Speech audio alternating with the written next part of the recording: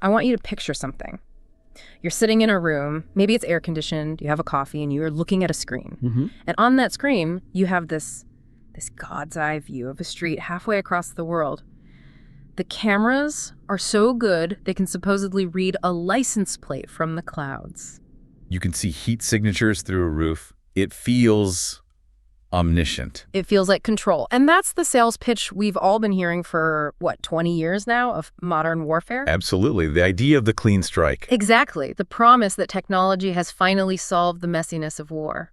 That we can remove a bad guy from a crowded city without, scratching the paint on the building next door. Because we know exactly who they are and exactly where they are. It's a very seductive idea. It appeals to our desire for order, It does. But we've got a document on the desk today that basically says, not so fast. We are looking at a text titled, The List, Episode 4, What Could Have Gone Wrong. And honestly, reading this felt like watching someone take a sledgehammer to that entire sales pitch. It's a fascinating piece of work because it's not trying to be political. It's not here to argue if a specific war was just or if a leader is good or bad. It's a structural analysis. Like an engineering report on a social machine. That's a great way to put it. It looks under the hood of a targeted killing program to see how the engine actually runs and, more importantly, where it starts to smoke. And the core tension, the thing that drives this whole analysis, is a phrase I just kept underlining. Precision is not certainty. That is the crucial distinction. We mix those two up all the time. What's the difference, really? Well, precision is technical. It's, can I hit a specific window on a specific car from 30,000 feet? And the answer usually is yes.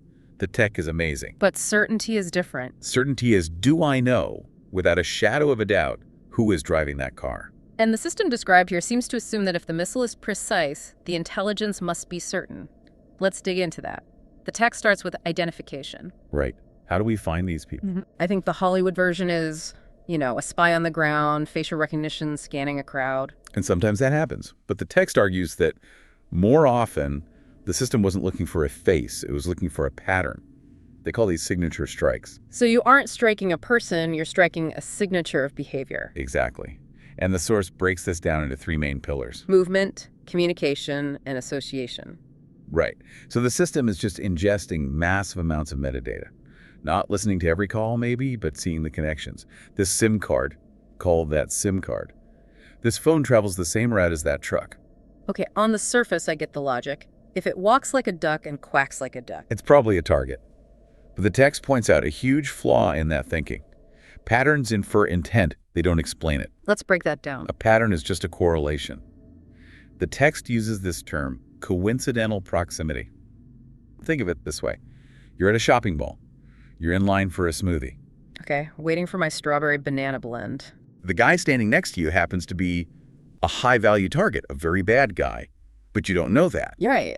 But from 30,000 feet, or to a data scraping algorithm, you and the target have been standing within 3 feet of each other for 10 minutes. Then you both walk out the same exit. So the algorithm flags that as an association. Exactly. Your movement pattern matched his. To the system, you aren't guy who wants a smoothie. You are data point B associated with target A. That's terrifying. And the text mentions things like shared phones, borrowed cars. It's the same logic. If I borrow your car and you're on a list, I suddenly inherit your pattern. And this is where the system's question shifts. Yes. It stops asking, who is this person? And it starts asking, does this behavior match the profile? And once you stop asking who, you've lost the human being.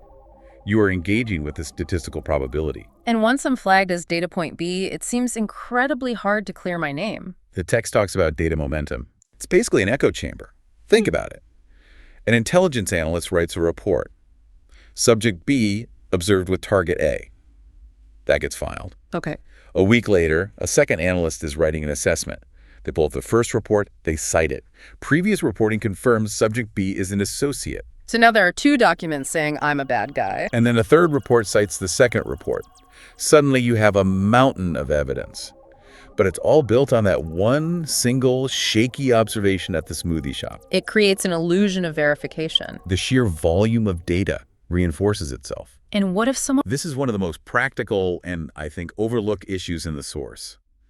We think of this warfare as instantaneous. Click, boom. But the bureaucracy isn't. Not at all. Walk us through a scenario. Okay. At 12:00 p.m., a drone spots a verified target entering a house. Perfect. The pattern matches, we have a visual. Now, the operator can't just push the button. No, they have to send a request up the chain of command. You need lawyers, commanders, maybe even political sign-off, depending on the target. So at 12:50 p.m., the request hits a desk.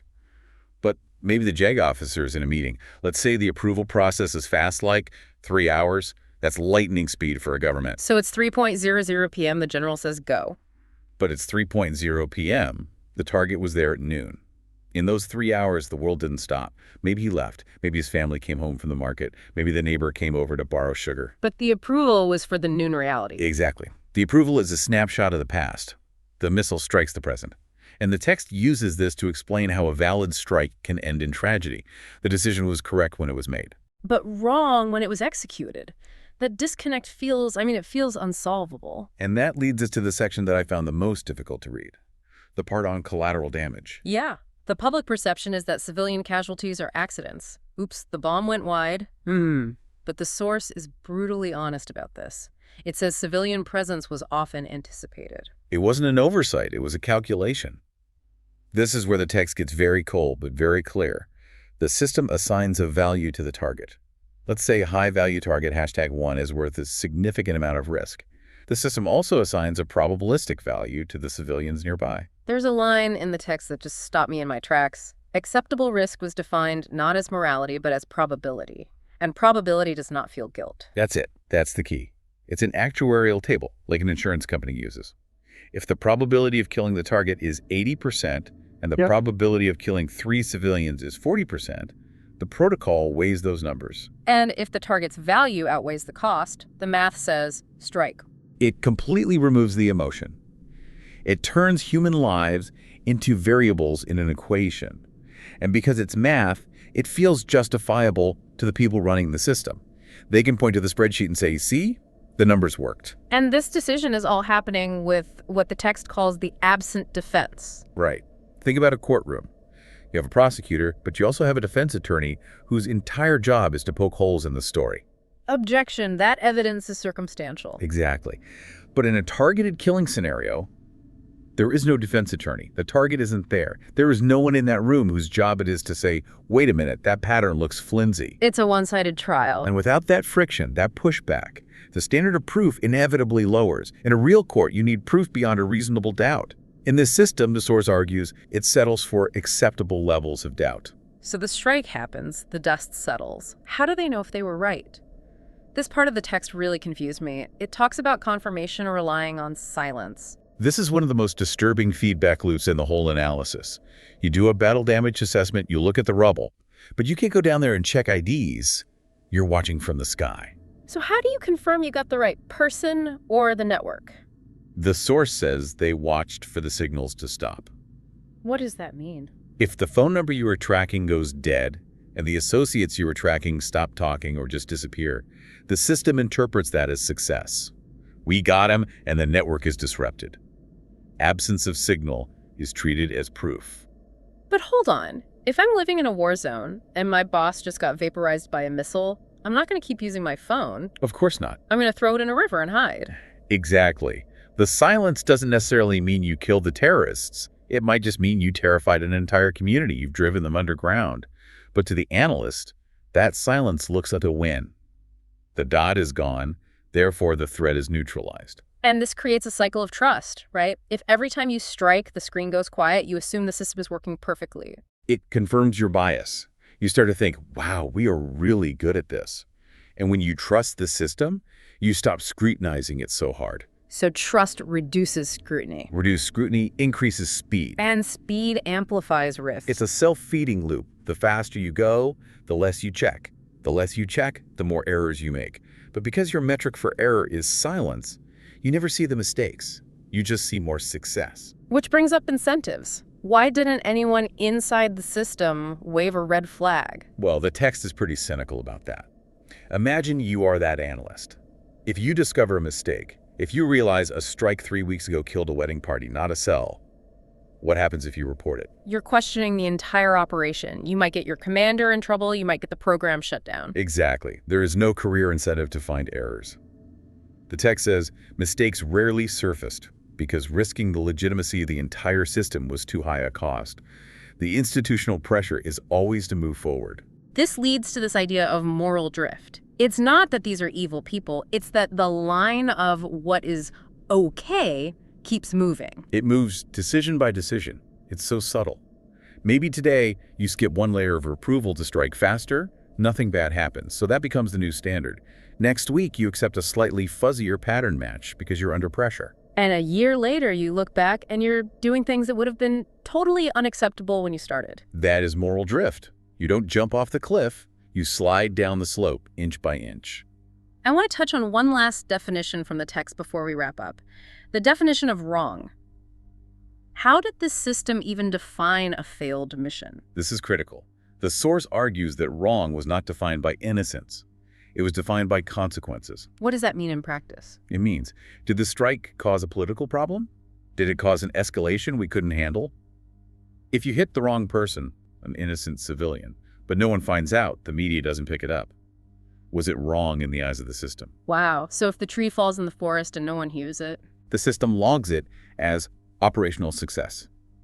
As long as the geopolitical fallout is managed, the morality of that specific kill becomes, well, irrelevant to the machinery. That really brings it all home.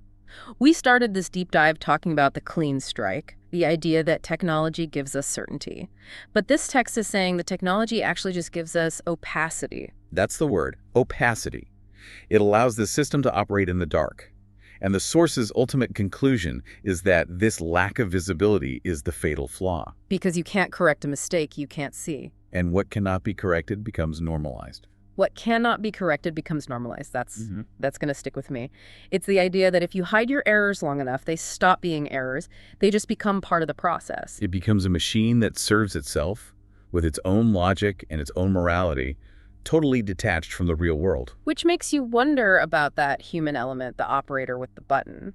We focus on them, but if everything we just discussed is true... If the pattern matching is automated, if the data momentum drowns out dissent, if the risk is a probability calculation and the feedback loop is rigged to show success, does that operator really have a choice? That's the final thought I want to leave everyone with today. If we build a machine designed to smooth out all doubt and we feed it data that only reinforces itself, at what point does the machinery itself become responsible for the outcome rather than the person sitting in the chair? It's the ultimate question of the AI age, isn't it? Yeah. If the system is designed to make the decision inevitable, can you blame the human for making it? Heavy stuff, but necessary stuff if we want to understand the world we're building. Thanks for taking this deep dive with us. It was a pleasure. Stay curious, everyone. We'll see you on the next one.